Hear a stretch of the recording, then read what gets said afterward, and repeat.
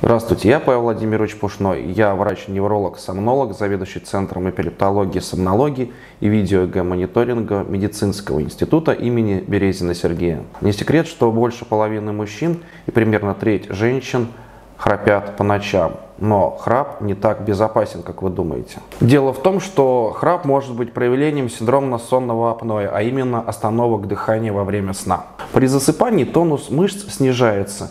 Стенки глотки сближаются друг с другом, и мы слышим звук храпа. В дальнейшем при углублении сна происходит спадение стенок дыхательных путей, что в свою очередь приводит к задержке дыхания.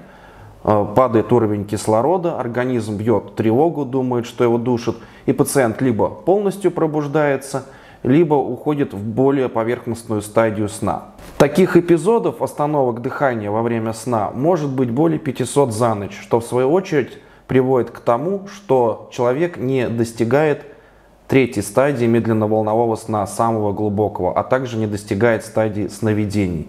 Соответственно, если этих стадий сна у нас нет или критически мало, это мешает нормальному функционированию человека днем. Хроническое кислородное голодание, которое возникает в результате синдрома обструктивного апноэ сна, может приводить к таким тяжелым состояниям, как инфаркт, инсульт и даже синдром внезапной смерти во сне.